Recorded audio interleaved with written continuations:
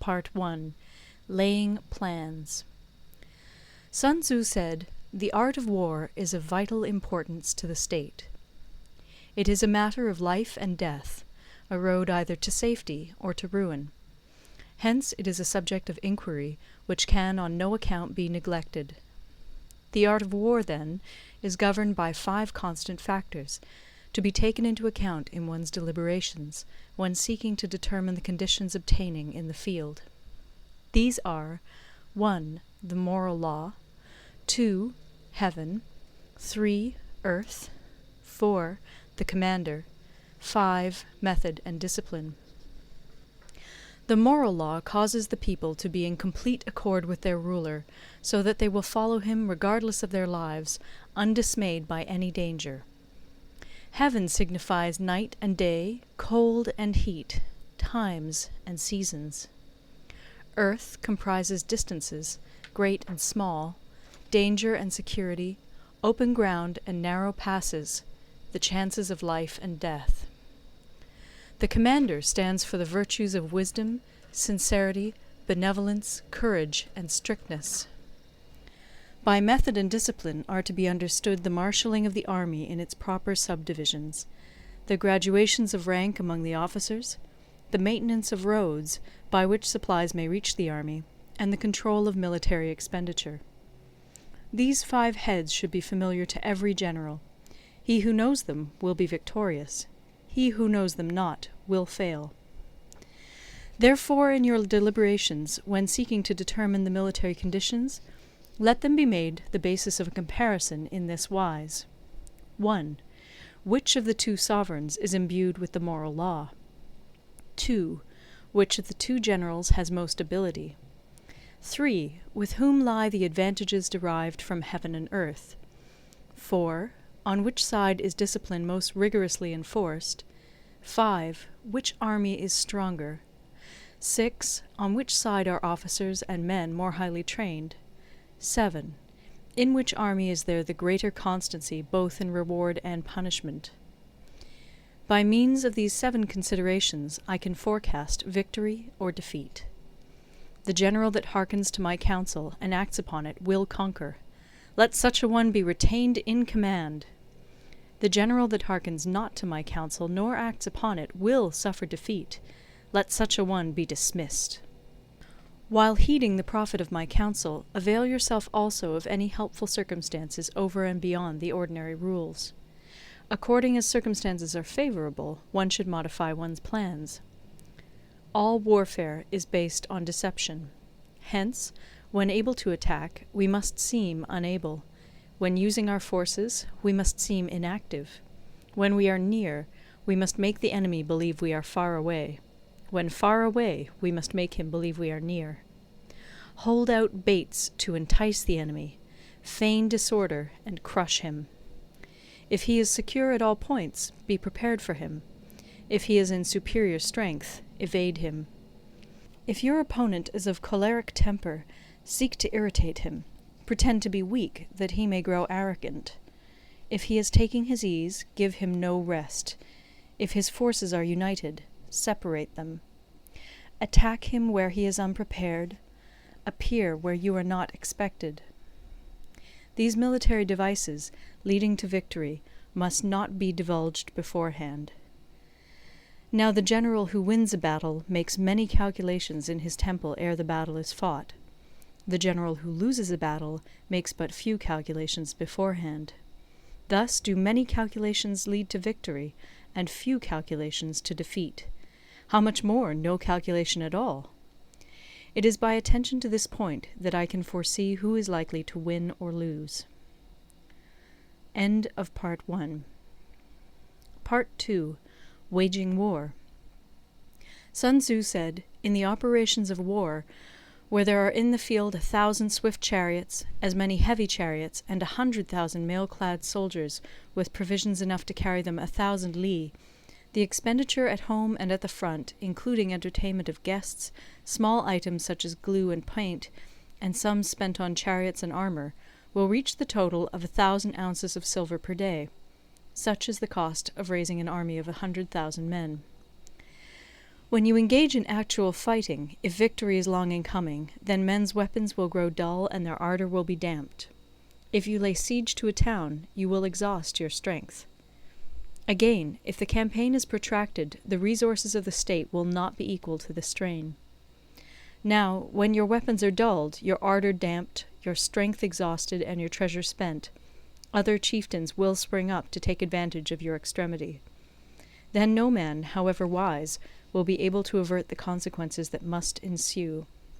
Thus, though we have heard of stupid haste in war, cleverness has never been seen associated with long delays. There is no instance of a country having benefited from prolonged warfare. It is only one who is thoroughly acquainted with the evils of war that can thoroughly understand the profitable way of carrying it on.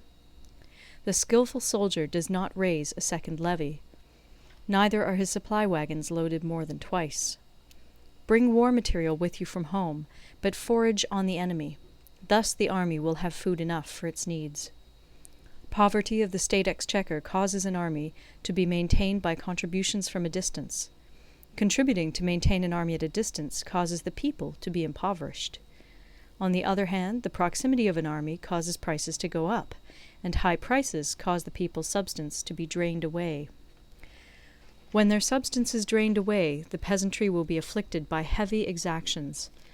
With this loss of substance and exhaustion of strength, the homes of the people will be stripped bare, and 3/10 of their income will be dissipated, while government expenses for broken chariots, worn-out horses, breastplates and helmets, bows and arrows, spears and shields, protective mantles, draught oxen, and heavy wagons will amount to 4/10 of its total revenue. Hence, a wise general makes a point of foraging on the enemy. 1 cartload of the enemy's provisions is equivalent to 20 of one's own, and likewise a single picul of his provender is equivalent to 20 from one's own store. Now, in order to kill the enemy, our men must be roused to anger. That there may be advantage from defeating the enemy, they must have their rewards. Therefore, in chariot fighting, when 10 or more chariots have been taken, those should be rewarded who took the first. Our own flags should be substituted for those of the enemy, and their chariots mingled and used in conjunction with ours. The captured soldiers should be kindly treated and kept. This is called using the conquered foe to augment one's own strength. In war, then, let your great object be victory, not lengthy campaigns. Thus it may be known that the leader of armies is the arbiter of the people's fate, the man on whom it depends whether the nation shall be in peace or in peril. Part 3. Attack by Stratagem. Sun Tzu said, "In the practical art of war, the best thing of all is to take the enemy's country whole and intact. To shatter and destroy it is not so good. So, too, it is better to recapture an army entire than to destroy it, to capture a regiment, a detachment, or a company entire than to destroy them. Hence, to fight and conquer in all your battles is not supreme excellence. Supreme excellence consists in breaking the enemy's resistance without fighting. Thus, the highest form of generalship is to balk the enemy's plans. The next best is to prevent the junction of the enemy's forces. The next in order is to attack the enemy's army in the field. And the worst policy of all is to besiege walled cities. The rule is, not to besiege walled cities if it can possibly be avoided. The preparation of mantlets, movable shelters, and various implements of war will take up 3 whole months, and the piling up of mounds against the walls will take 3 months more. The general, unable to control his irritation, will launch his men to the assault like swarming ants, with the result that 1/3 of his men are slain, while the town still remains untaken. Such are the disastrous effects of a siege. Therefore the skilful leader subdues the enemy's troops without any fighting. He captures their cities without laying siege to them. He overthrows their kingdom without lengthy operations in the field. With his forces intact, he will dispute the mastery of the empire, and thus, without losing a man, his triumph will be complete. This is the method of attacking by stratagem.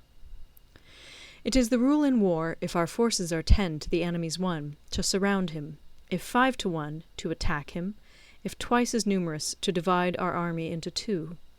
If equally matched, we can offer battle; if slightly inferior in numbers, we can avoid the enemy; If quite unequal in every way, we can flee from him.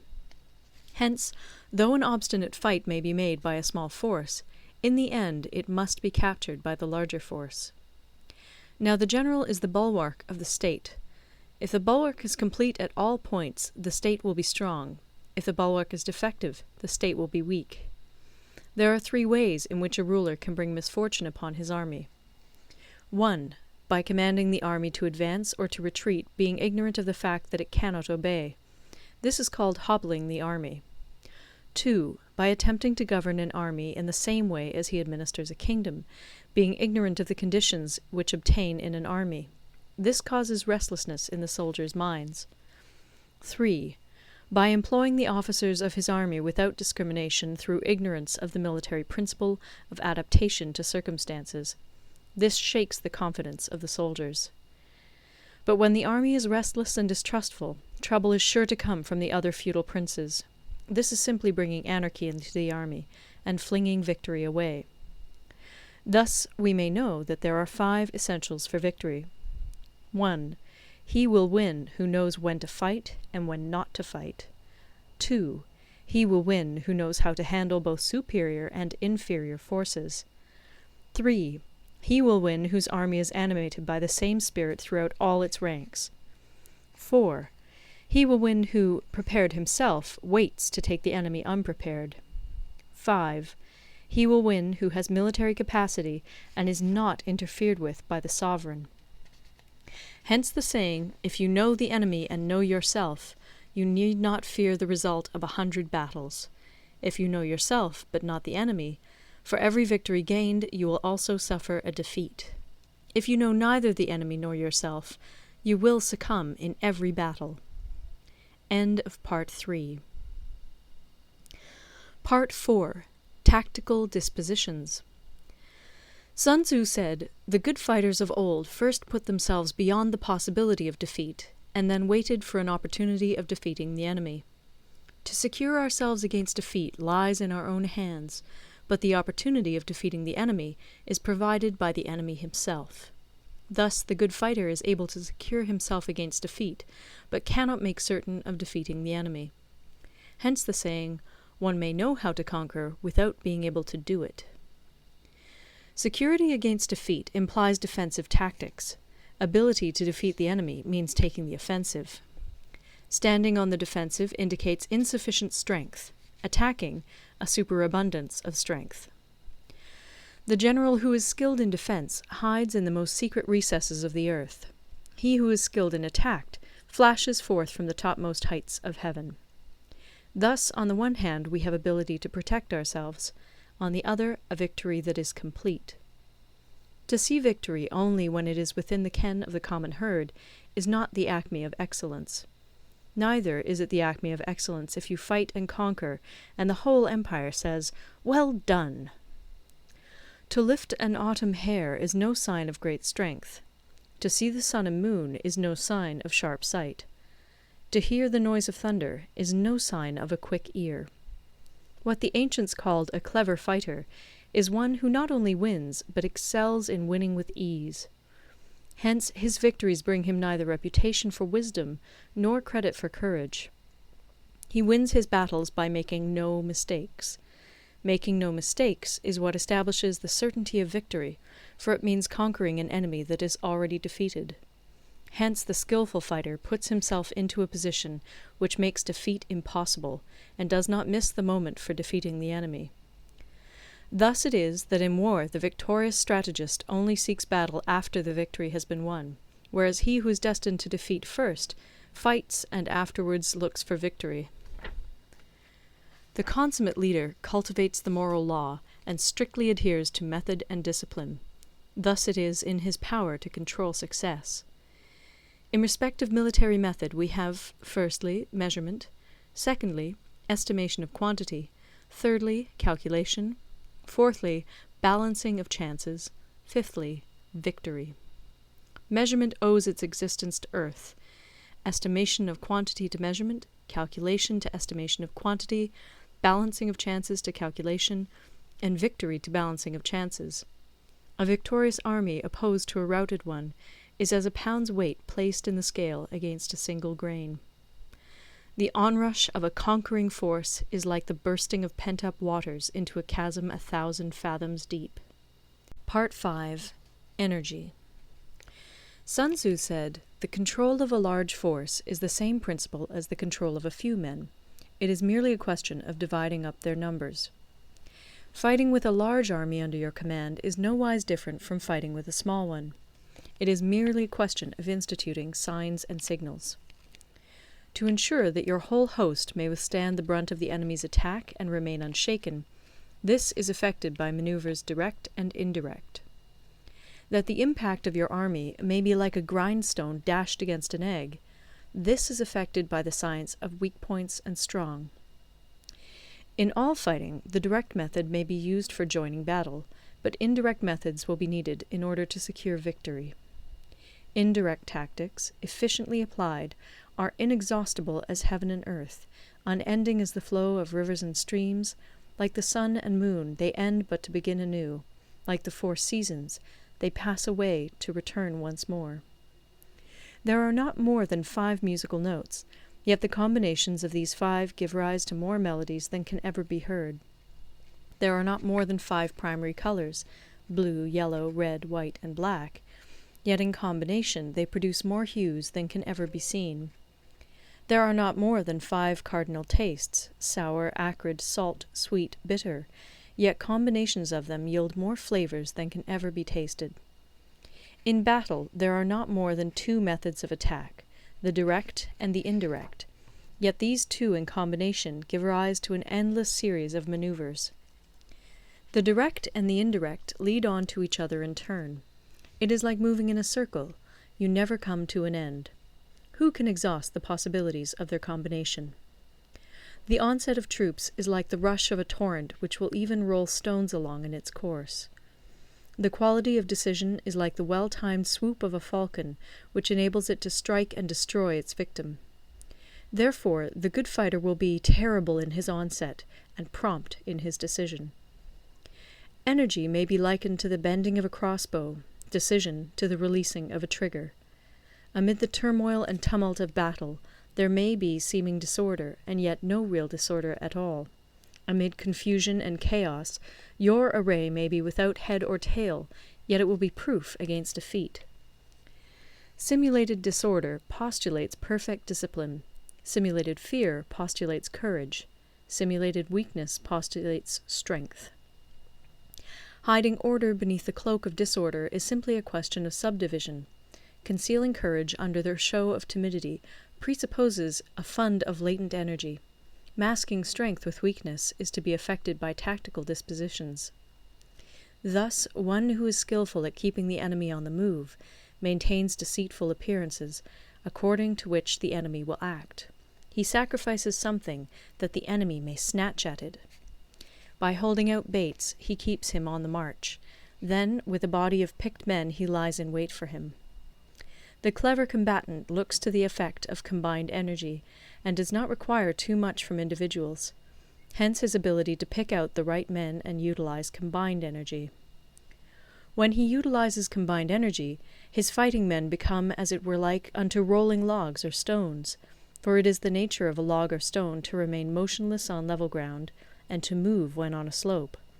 If four-cornered, to come to a standstill, but if round-shaped, to go rolling down. Thus the energy developed by good fighting men is as the momentum of a round stone rolled down a mountain thousands of feet in height. So much on the subject of energy. End of Part 5.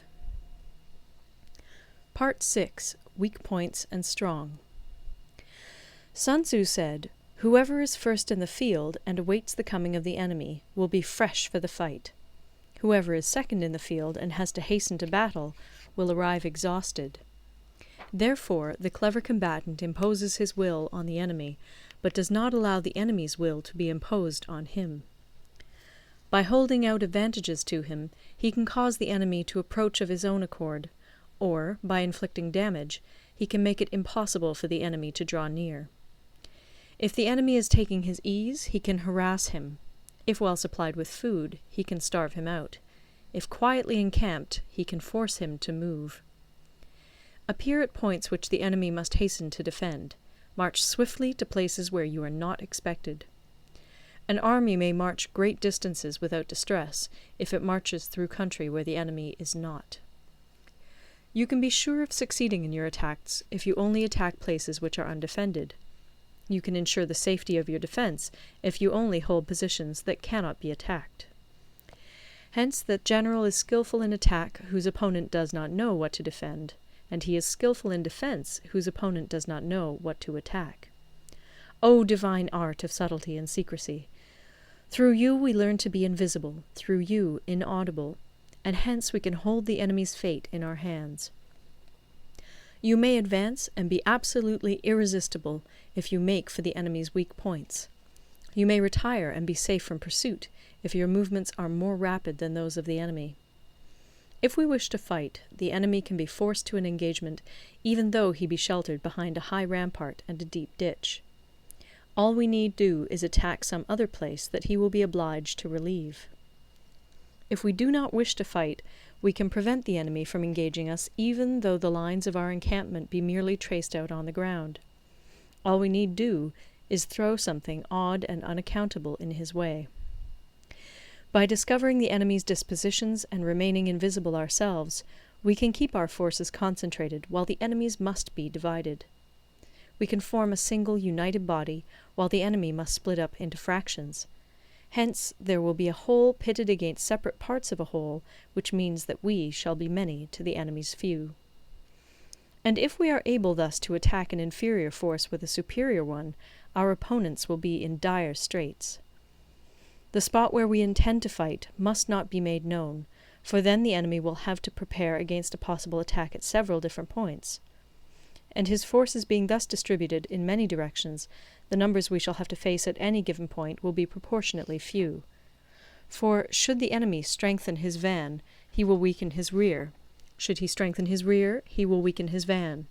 Should he strengthen his left, he will weaken his right. Should he strengthen his right, he will weaken his left. If he sends reinforcements everywhere, he will everywhere be weak. Numerical weakness comes from having to prepare against possible attacks. Numerical strength from compelling our adversary to make these preparations against us. Knowing the place and the time of the coming battle, we may concentrate from the greatest distances in order to fight.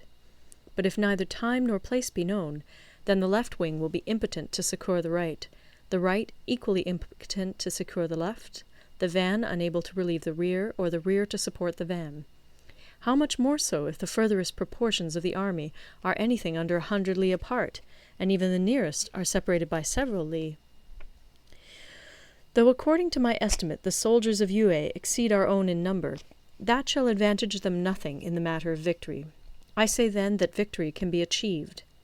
Though the enemy be stronger in numbers, we may prevent him from fighting. Scheme so as to discover his plans and the likelihood of their success. Rouse him and learn the principle of his activity or inactivity. Force him to reveal himself so as to find out his vulnerable spots. Carefully compare the opposing army with your own, so that you may know where strength is superabundant and where it is deficient. In making tactical dispositions, the highest pitch you can attain is to conceal them. Conceal your dispositions, and you will be safe from the prying of the subtlest spies, from the machinations of the wisest brains. How victory may be produced for them out of the enemy's own tactics, that is what the multitude cannot comprehend. All men can see the tactics whereby I conquer, but what none can see is the strategy out of which victory is evolved. Do not repeat the tactics which have gained you one victory, but let your methods be regulated by the infinite variety of circumstances. Military tactics are like unto water, for water in its natural course runs away from high places and hastens downwards. So in war, the way is to avoid what is strong and to strike at what is weak. Water shapes its course according to the nature of the ground over which it flows. The soldier works out his victory in relation to the foe whom he is facing. Therefore, just as water retains no constant shape, in warfare there are no constant conditions. He who can modify his tactics in relation to his opponent and thereby succeed in winning may be called a heaven-born captain. The 5 elements, water, fire, wood, metal, earth, are not always equally predominant. The 4 seasons make way for each other in turn. There are short days and long. The moon has its periods of waning and waxing. Part 7. Maneuvering. Sun Tzu said, "In war, the general receives his commands from the sovereign. Having collected an army and concentrated his forces, he must blend and harmonize the different elements thereof before pitching his camp. After that comes tactical maneuvering, than which there is nothing more difficult. The difficulty of tactical maneuvering consists in turning the devious into the direct, and misfortune into gain. Thus, to take a long and circuitous route, after enticing the enemy out of the way, and those starting after him, to contrive to reach the goal before him, shows knowledge of the artifice of deviation. Maneuvering with an army is advantageous, with an undisciplined multitude most dangerous. If you set a fully equipped army in march in order to snatch an advantage, the chances are that you will be too late. On the other hand, to detach a flying column for the purpose involves the sacrifice of its baggage and stores. Thus, if you order your men to roll up their buff coats and make forced marches without halting day or night, covering double the usual distance at a stretch, doing 100 li in order to wrest an advantage, the leaders of all your 3 divisions will fall into the hands of the enemy. The stronger men will be in front, the jaded ones will fall behind, and on this plan only 1/10 of your army will reach its destination. If you march 50 li in order to outmaneuver the enemy, you will lose the leader of your first division, and only half your force will reach the goal. If you march 30 li with the same object, 2/3 of your army will arrive. We may take it then that an army without its baggage train is lost. Without provisions, it is lost. Without bases of supply, it is lost. We cannot enter into alliances until we are acquainted with the designs of our neighbours. We are not fit to lead an army on the march unless we are familiar with the face of the country, its mountains and forests, its pitfalls and precipices, its marshes and swamps. We shall be unable to turn natural advantage to account unless we make use of local guides. In war, practice dissimulation and you will succeed. Whether to concentrate or to divide your troops must be decided by circumstances. Let your rapidity be that of the wind, your compactness that of the forest. In raiding and plundering be like fire, in immovability like a mountain. Let your plans be dark, and impenetrable as night, and when you move, fall like a thunderbolt. When you plunder a countryside, let the spoil be divided amongst your men.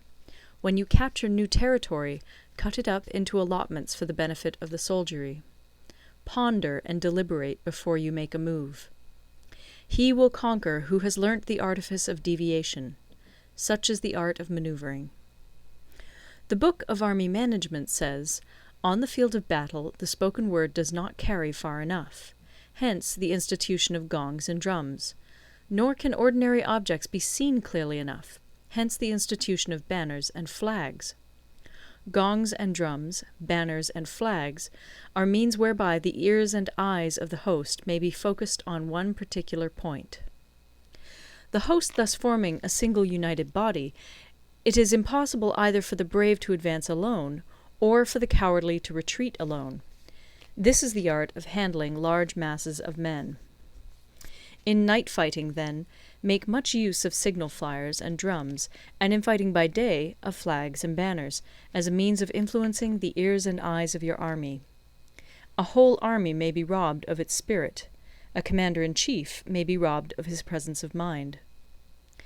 Now, a soldier's spirit is keenest in the morning, by noonday it has begun to flag, and in the evening his mind is bent only on returning to camp. A clever general, therefore, avoids an army when its spirit is keen, but attacks it when it is sluggish and inclined to return. This is the art of studying moods. Disciplined and calm, to await the appearance of disorder and hubbub amongst the enemy. This is the art of retaining self-possession. To be near the goal, while the enemy is still far from it, to wait at ease while the enemy is toiling and struggling, to be well fed while the enemy is famished. This is the art of husbanding one's strength. To refrain from intercepting an enemy whose banners are in perfect order, to refrain from attacking an army drawn up in calm and confident array, this is the art of studying circumstances. It is a military axiom not to advance uphill against the enemy, nor to oppose him when he comes downhill. Do not pursue an enemy who simulates flight. Do not attack soldiers whose temper is keen. Do not swallow bait offered by the enemy. Do not interfere with an army that is returning home. When you surround an army, leave an outlet free. Do not press a desperate foe too hard. Such is the art of warfare. End of Part 7. Part 8. Variation in Tactics. Sun Tzu said, "In war, the general receives his commands from the sovereign, collects his army, and concentrates his forces. When in difficult country, do not encamp. In country where high roads intersect, join hands with your allies. Do not linger in dangerously isolated positions. In hemmed-in situations, you must resort to stratagem. In desperate position, you must fight. There are roads which must not be followed, armies which must not be attacked, towns which must not be besieged, positions which must not be contested, commands of the sovereign which must not be obeyed." The general who thoroughly understands the advantages that accompany variation of tactics knows how to handle his troops. The general who does not understand these may be well acquainted with the configuration of the country, yet he will not be able to turn his knowledge to practical account. So, the student of war who is unversed in the art of war of varying his plans, even though he be acquainted with the 5 advantages, will fail to make the best use of his men. Hence, in the wise leader's plans, considerations of advantage and of disadvantage will be blended together. If our expectation of advantage be tempered in this way, we may succeed in accomplishing the essential part of our schemes. If, on the other hand, in the midst of difficulties we are always ready to seize an advantage, we may extricate ourselves from misfortune. Reduce the hostile chiefs by inflicting damage on them, and make trouble for them, and keep them constantly engaged. Hold out specious allurements, and make them rush to any given point. The art of war teaches us to rely not on the likelihood of the enemy's not coming, but on our own readiness to receive him, not on the chance of his not attacking, but rather on the fact that we have made our position unassailable. There are 5 dangerous faults which may affect a general. 1. Recklessness, which leads to destruction. 2. Cowardice, which leads to capture. 3. A hasty temper, which can be provoked by insults. 4. A delicacy of honour, which is sensitive to shame. 5. Over-solicitude for his men, which exposes him to worry and trouble. These are the 5 besetting sins of a general, ruinous to the conduct of war. When an army is overthrown and its leader slain, the cause will surely be found among these 5 dangerous faults. Let them be a subject of meditation. Part 9. The Army on the March. Sun Tzu said, "We come now to the question of encamping the army, and observing signs of the enemy. Pass quickly over mountains, and keep in the neighbourhood of valleys. Camp in high places, facing the sun. Do not climb heights in order to fight." So much for mountain warfare. After crossing a river, you should get far away from it. When an invading force crosses a river in its onward march, do not advance to meet it in midstream. It will be best to let half the army get across, and then deliver your attack. If you are anxious to fight, you should not go to meet the invader near a river which he has to cross. Moor your craft higher up than the enemy, and facing the sun. Do not move upstream to meet the enemy. So much for river warfare. In crossing salt marshes, your sole concern should be to get over them quickly, without any delay. If forced to fight in a salt marsh, you should have water and grass near you, and get your back to a clump of trees. So much for operations in salt marshes. In dry, level country, take up an easily accessible position with rising ground to your right and on your rear, so that the danger may be in front and safety lie behind. So much for campaigning in flat country. These are the 4 useful branches of military knowledge which enabled the Yellow Emperor to vanquish 4 several sovereigns. All armies prefer high ground to low, and sunny places to dark. If you are careful of your men and camp on hard ground, the army will be free from disease of every kind, and this will spell victory. When you come to a hill or a bank, occupy the sunny side, with the slope on your right rear. Thus you will at once act for the benefit of your soldiers, and utilize the natural advantages of the ground. When, in consequence of heavy rains up country, a river which you wish to ford is swollen and flecked with foam, you must wait until it subsides. Country in which there are precipitous cliffs with torrents running between, deep natural hollows, confined places, tangled thickets, quagmires, and crevasses, should be left with all possible speed and not approached.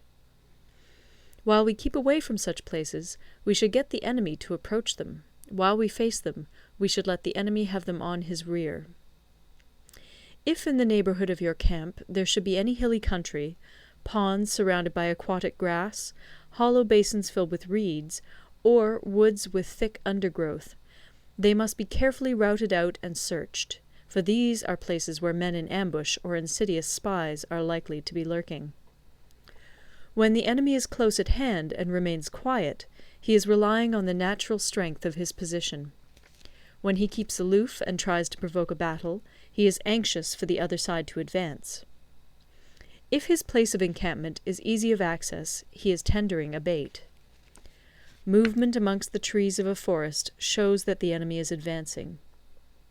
The appearance of a number of screens in the midst of thick grass means that the enemy wants to make us suspicious. The rising of birds in their flight is the sign of an ambuscade. Startled beasts indicate that a sudden attack is coming. When there is dust rising in a high column, it is the sign of chariots advancing. When the dust is low, but spread over a wide area, it betokens the approach of infantry. When it branches out in different directions, it shows that parties have been sent to collect firewood. A few clouds of dust, moving to and fro, signify that the army is encamping. Humble words and increased preparations are signs that the enemy is about to advance. Violent language and driving forward as if to the attack are signs that he will retreat. When the light chariots come out first and take up a position on the wings, it is a sign that the enemy is forming for battle.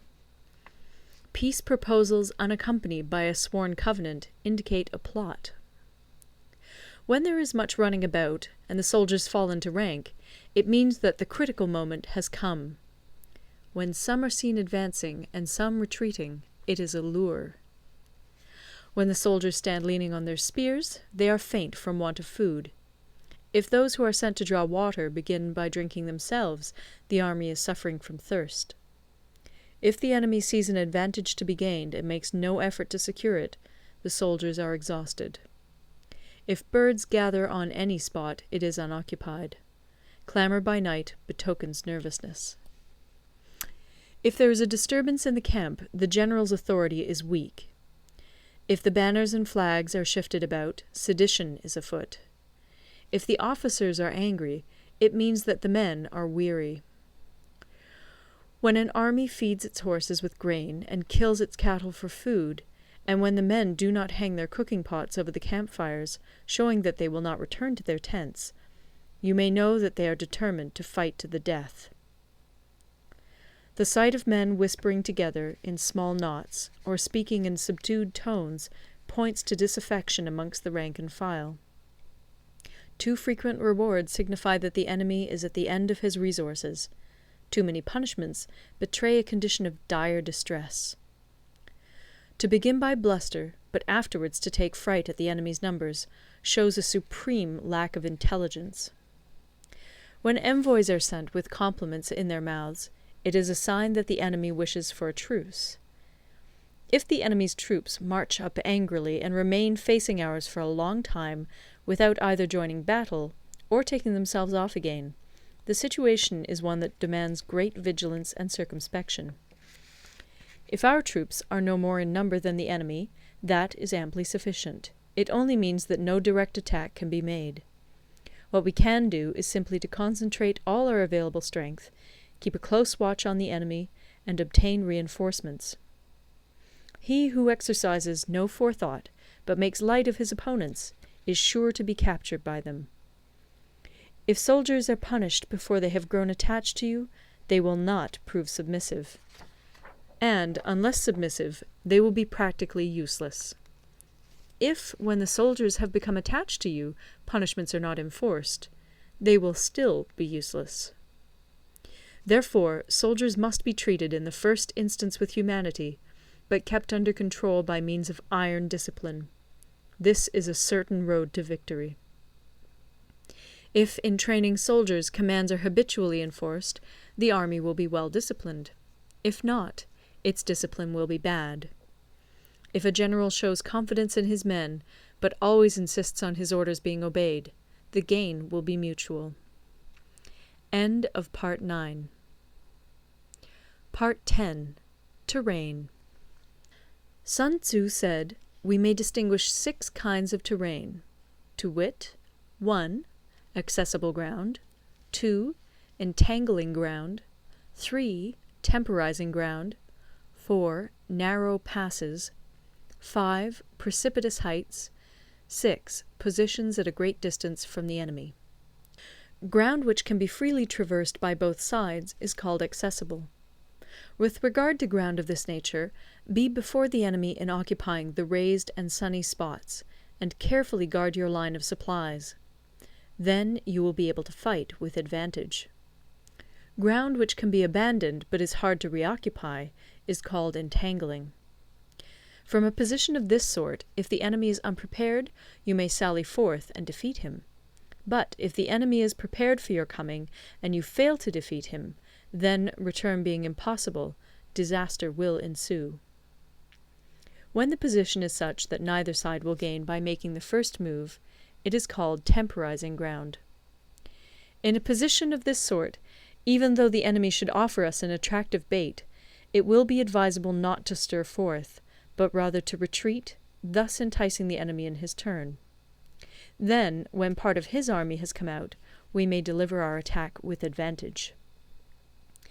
With regard to narrow passes, if you can occupy them first, let them be strongly garrisoned and await the advent of the enemy. Should the army forestall you in occupying a pass, do not go after him if the pass is fully garrisoned, but only if it is weakly garrisoned.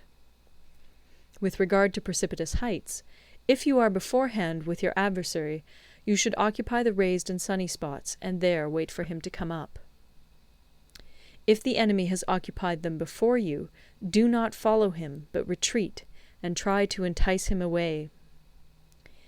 If you are situated at a great distance from the enemy, and the strength of the two armies is equal, it is not easy to provoke a battle, and fighting will be to your disadvantage. These 6 are the principles connected with earth. The general who's attained a responsible post must be careful to study them. Now, an army is exposed to 6 several calamities, not arising from natural causes, but from faults for which the general is responsible. These are 1. Flight, 2. Insubordination, 3. Collapse, 4. Ruin, 5. Disorganization, 6. Rout. Other conditions being equal, if one force is hurled against another 10 times its size, the result will be the flight of the former. When the common soldiers are too strong and their officers too weak, the result is insubordination. When the officers are too strong and the common soldiers too weak, the result is collapse. When the higher officers are angry and insubordinate, and on meeting the enemy give battle on their own account from a feeling of resentment, before the commander-in-chief can tell whether or not he is in a position to fight, the result is ruin. When the general is weak and without authority, when his orders are not clear and distinct, When there are no fixed duties assigned to officers and men, and the ranks are formed in a slovenly, haphazard manner, the result is utter disorganization. When a general, unable to estimate the enemy's strength, allows an inferior force to engage a larger one, or hurls a weak detachment against a powerful one, and neglects to place picked soldiers in the front rank, the result must be rout. These are 6 ways of courting defeat, which must be carefully noted by the general who has attained a responsible post. The natural formation of the country is the soldier's best ally, but a power of estimating the adversary, of controlling the forces of victory, and of shrewdly calculating difficulties, dangers, and distances, constitutes the test of a great general. He who knows these things, and in fighting puts his knowledge into practice, will win his battles. He who knows them not, nor practices them, will surely be defeated. If fighting is sure to result in victory, then you must fight, even though the ruler forbid it. If fighting will not result in victory, then you must not fight even at the ruler's bidding. The general who advances without coveting fame, and retreats without fearing disgrace, whose only thought is to protect his country and do good service for his sovereign, is the jewel of the kingdom. Regard your soldiers as your children, and they will follow you into the deepest valleys. Look upon them as your own beloved sons, and they will stand by you even unto death. If, however, you are indulgent, but unable to make your authority felt, kind-hearted, but unable to enforce your commands, and incapable, moreover, of quelling disorder, then your soldiers must be likened to spoilt children. They are useless for any practical purpose. If we know that our own men are in a condition to attack, but are unaware that the enemy is not open to attack, we have gone only half-way towards victory. If we know that the enemy is open to attack, but are unaware that our own men are not in a condition to attack, we have gone only half-way towards victory. If we know that the enemy is open to attack, and also know that our men are in a condition to attack, but are unaware that the nature of the ground makes fighting impracticable, we have still only gone half-way towards victory. Hence the experienced soldier, once in motion, is never bewildered. Once he has broken camp, he is never at a loss. Hence the saying, "If you know the enemy and know yourself, your victory will not stand in doubt. If you know heaven and know earth, you may make your victory complete." Part 11. The 9 Situations. Sun Tzu said, "The art of war recognizes 9 varieties of ground. 1. Dispersive ground. 2. Facile ground. 3. Contentious ground. 4. Open ground. 5. Ground of intersecting highways. 6. Serious ground. 7. Difficult ground. 8. Hemmed-in ground. 9. Desperate ground. When a chieftain is fighting in his own territory, it is dispersive ground. When he has penetrated into hostile territory, but to no great distance, it is facile ground. Ground the possession of which imports great advantage to either side is contentious ground. Ground on which each side has liberty of movement is open ground. Ground which forms the key to 3 contiguous states, so that he who occupies it first has most of the empire at his command, is a ground of intersecting highways. When an army has penetrated into the heart of a hostile country, leaving a number of fortified cities in its rear, it is serious ground. Mountain forests, rugged steeps, marshes, and fens, all country that is hard to traverse, this is difficult ground. Ground which is reached through narrow gorges, and from which we can only retire by tortuous paths, so that a small number of the enemy would suffice to crush a large body of our men, this is hemmed-in ground. Ground on which we can only be saved from destruction by fighting without delay is desperate ground. On dispersive ground, therefore, fight not. On facile ground, halt not. On contentious ground, attack not. On open ground, do not try to block the enemy's way. On the ground of intersecting highways, join hands with your allies. On serious ground, gather in plunder. In difficult ground, keep steadily on the march. On hemmed-in ground, resort to stratagem. On desperate ground, fight. Those who were called skillful leaders of old knew how to drive a wedge between the enemy's front and rear, to prevent cooperation between his large and small divisions, to hinder the good troops from rescuing the bad, the officers from rallying their men. When the enemy's men were united, they managed to keep them in disorder. When it was to their advantage, they made a forward move. When otherwise, they stopped still. If asked how to cope with a great host of the enemy in orderly array, and on the point of marching to the attack, I should say, begin by seizing something which your opponent holds dear. Then he will be amenable to your will. Rapidity is the essence of war. Take advantage of the enemy's unreadiness. Make your way by unexpected routes, and attack unguarded spots. The following are the principles to be observed by an invading force. The further you penetrate into a country, the greater will be the solidarity of your troops, and thus the defenders will not prevail against you. Make forays in fertile country in order to supply your army with food. Carefully study the well-being of your men, and do not overtax them. Concentrate your energy and hoard your strength. Keep your army continually on the move, and devise unfathomable plans. Throw your soldiers into positions whence there is no escape, and they will prefer death to flight. If they will face death, there is nothing they may not achieve. Officers and men alike will put forth their uttermost strength. Soldiers, when in desperate straits, lose the sense of fear. If there is no place of refuge, they will stand firm. If they are in hostile country, they will show a stubborn front. If there is no help for it, they will fight hard. Thus, without waiting to be marshalled, the soldiers will be constantly on the qui-vive. Without waiting to be asked, they will do your will. Without restrictions, they will be faithful. Without giving orders, they can be trusted. Prohibit the taking of omens, and do away with superstitious doubts. Then, until death itself comes, no calamity need be feared. If our soldiers are not overburdened with money, it is not because they have a distaste for riches. If their lives are not unduly long, it is not because they are disinclined to longevity. On the day they are ordered out to battle, your soldiers may weep, those sitting up bedewing their garments, and those lying down, letting the tears run down their cheeks. But let them once be brought to bay, and they will display the courage of a Chu or a Kui.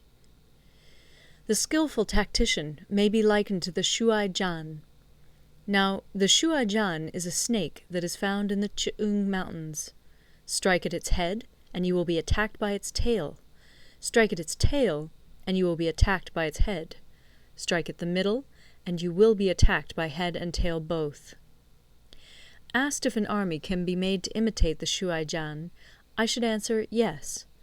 For the men of Wu and the men of Yue are enemies. Yet if they are crossing a river in the same boat and are caught by a storm, they will come to each other's assistance, just as the left hand helps the right. Hence it is not enough to put one's trust in the tethering of horses and the burying of chariot wheels in the ground. The principle on which to manage an army is to set up one standard of courage, which all must reach. How to make the best of both strong and weak, that is a question involving the proper use of ground. Thus, the skilful general conducts his army just as though he were leading a single man, willy-nilly, by the hand. It is the business of a general to be quiet, and thus ensure secrecy, upright and just, and thus maintain order. He must be able to mystify his officers and men by false reports and appearances, and thus keep them in total ignorance. By altering his arrangements and changing his plans, he keeps the enemy without definite knowledge. By shifting his camp and taking circuitous routes, he prevents the enemy from anticipating his purpose. At the critical moment, the leader of an army acts like one who has climbed up a height and then kicks away the ladder behind him. He carries his men deep into hostile territory before he shows his hand. He burns his boats and breaks his cooking pots. Like a shepherd driving a flock of sheep, he drives his men this way and that, and nothing knows whither he is going. To muster his host and bring it into danger, this may be termed the business of the general. The different measures suited to the 9 varieties of ground, the expediency of aggressive or defensive tactics, and the fundamental laws of human nature, these are things that must most certainly be studied. When invading hostile territory, the general principle is that penetrating deeply brings cohesion. Penetrating but a short way means dispersion. When you leave your own country behind and take your army across neighbourhood territory, you find yourself on critical ground. When there are means of communication on all 4 sides, the ground is one of intersecting highways. When you penetrate deeply into a country, it is serious ground. When you penetrate but a little way, it is facile ground. When you have the enemy's strongholds on your rear and narrow passes in front, it is hemmed-in ground. When there is no place of refuge at all, it is desperate ground. Therefore, on dispersive ground I would inspire my men with unity of purpose. On facile ground, I would see that there is close connection between all parts of my army. On contentious ground, I would hurry up my rear. On open ground, I would keep a vigilant eye on my defences. On ground of intersecting highways, I would consolidate my alliances. On serious ground, I would try to ensure a continuous stream of supplies. On difficult ground, I would keep pushing on along the road. On hemmed-in ground, I would block any way of retreat. On desperate ground, I would proclaim to my soldiers the hopelessness of saving their lives. For it is the soldier's disposition to offer an obstinate resistance when surrounded, to fight hard when he cannot help himself, and to obey promptly when he has fallen into danger. We cannot enter into alliance with neighbouring princes until we are acquainted with their designs. We are not fit to lead an army on the march unless we are familiar with the face of the country, its mountains and forests, its pitfalls and precipices, its marshes and swamps. We shall be unable to turn natural advantages to account unless we make use of local guides. To be ignored of any one of the following 4 or 5 principles does not befit a warlike prince. When a warlike prince attacks a powerful state, his generalship shows itself in preventing the concentration of the enemy's forces. He overawes his opponents, and their allies are prevented from joining against him. Hence he does not strive to ally himself with all and sundry, nor does he foster the power of other states.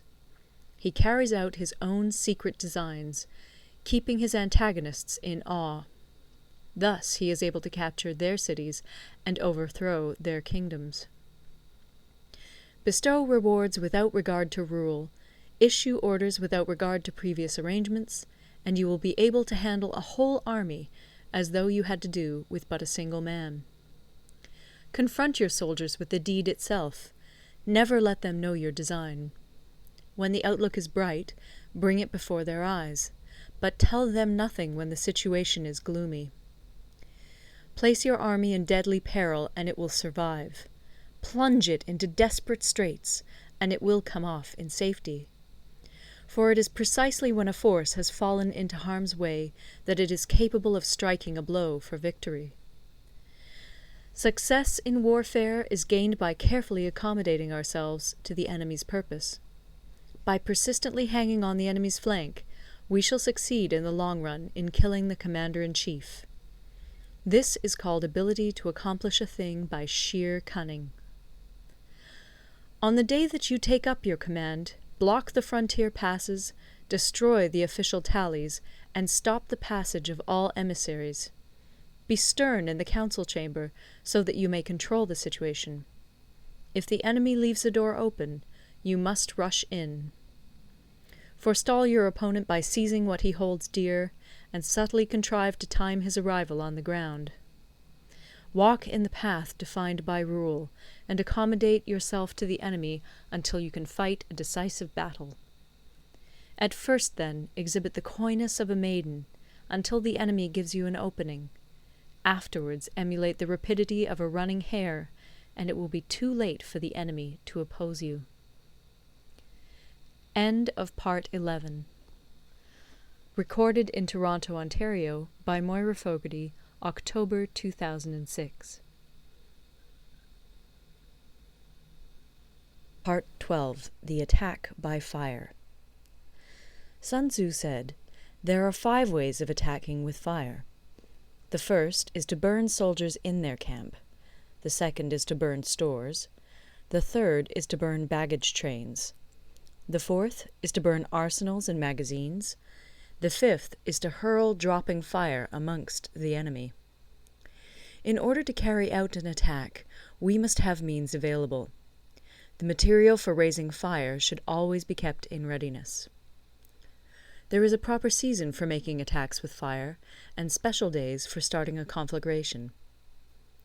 The proper season is when the weather is very dry.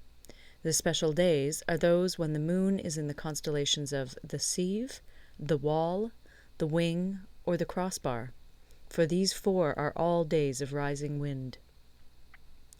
In attacking with fire, one should be prepared to meet 5 possible developments. 1. When fire breaks out inside to enemy's camp, respond at once with an attack from without. 2. If there is an outbreak of fire, but the enemy's soldiers remain quiet, bide your time and do not attack. 3. When the force of the flames has reached its height, follow it up with an attack, if that is practicable. If not, stay where you are. 4. If it is possible to make an assault with fire from without, do not wait for it to break out within, but deliver your attack at a favorable moment. 5. When you start a fire, be to windward of it. Do not attack from the leeward. A wind that rises in the daytime lasts long, but a night breeze soon falls. In every army, the 5 developments connected with fire must be known, the movements of the stars calculated, and a watch kept for the proper days. Hence, those who use fire as an aid to the attack show intelligence. Those who use water as an aid to the attack gain an accession of strength. By means of water, an enemy may be intercepted, but not robbed of all his belongings. Unhappy is the fate of one who tries to win his battles and succeed in his attacks without cultivating the spirit of enterprise, for the result is a waste of time and general stagnation. Hence the saying, "The enlightened ruler lays his plans well ahead. The good general cultivates his resources."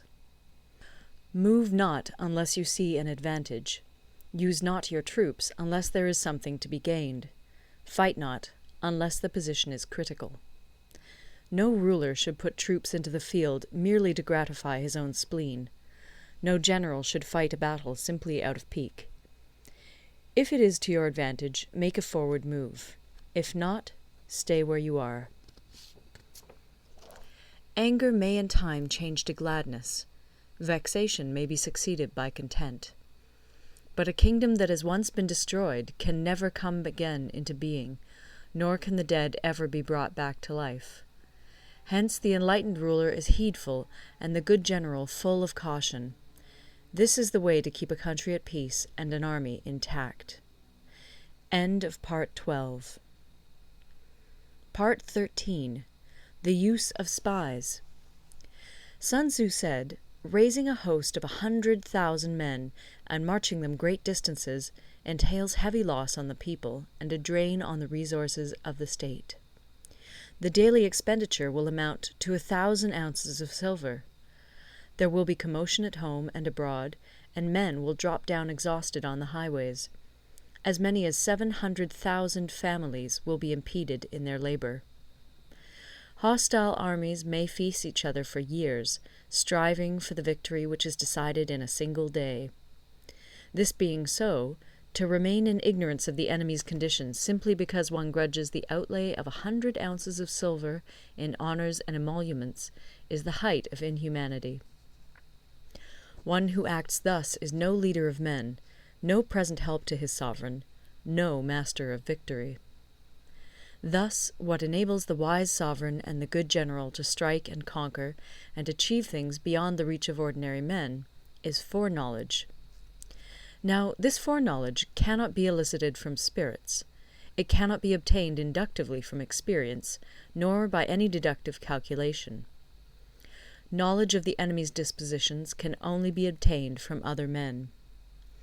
Hence the use of spies, of whom there are 5 classes. 1. Local spies. 2. Inward spies. 3. Converted spies. 4. Doomed spies. 5. Surviving spies. When these 5 kinds of spy are all at work, none can discover the secret system. This is called divine manipulation of the threads. It is the sovereign's most precious faculty. Having local spies means employing the services of the inhabitants of a district.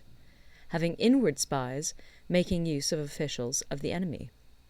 Having converted spies, getting hold of the enemy's spies and using them for our own purposes. Having doomed spies, doing certain things openly for purposes of deception, and allowing our spies to know of them and report them to the enemy. Surviving spies, finally, are those who bring back news from the enemy's camp.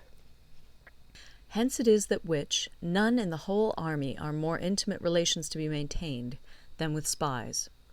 None should be more liberally rewarded. In no other business should greater secrecy be preserved.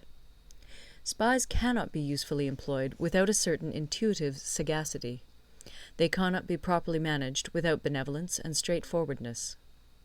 Without subtle ingenuity of mind, one cannot make certain of the truth of their reports. Be subtle, and use your spies for every kind of business. If a secret piece of news is divulged by a spy before the time is ripe, he must be put to death together with the man to whom the secret was told. Whether the object be to crush an army, to storm a city, or to assassinate an individual, it is always necessary to begin by finding out the names of the attendants, the aides-de-camp, and doorkeepers and sentries of the general in command. Our spies must be commissioned to ascertain these. The enemy's spies, who have come to spy on us, must be sought out, tempted with bribes, led away, and comfortably housed. Thus they will become converted spies and available for our service. It is through the information brought by the converted spy that we are able to acquire and employ local and inward spies. It is owing to this information again that we can cause the doomed spy to carry false tidings to the enemy. Lastly, it is by this information that the surviving spy can be used on appointed occasions. The end and aim of spying in all its 5 varieties is knowledge of the enemy, and this knowledge can only be derived in the first instance from the converted spy. Hence it is essential that the converted spy be treated with the utmost liberality. Of old, the rise of the Yin dynasty was due to Yi Qi, who had served under the Xia. Likewise, the rise of the Chu dynasty was due to Liu Ya, who had served under the Yin. Hence, it is only the enlightened ruler and the wise general who will use the highest intelligence of the army for purposes of spying, and thereby they achieve great results. Spies are a most important element in water, because on them depends an army's ability to move. End of the Art of War. Recorded in Toronto, Ontario, by Moira Fogarty, October 2006.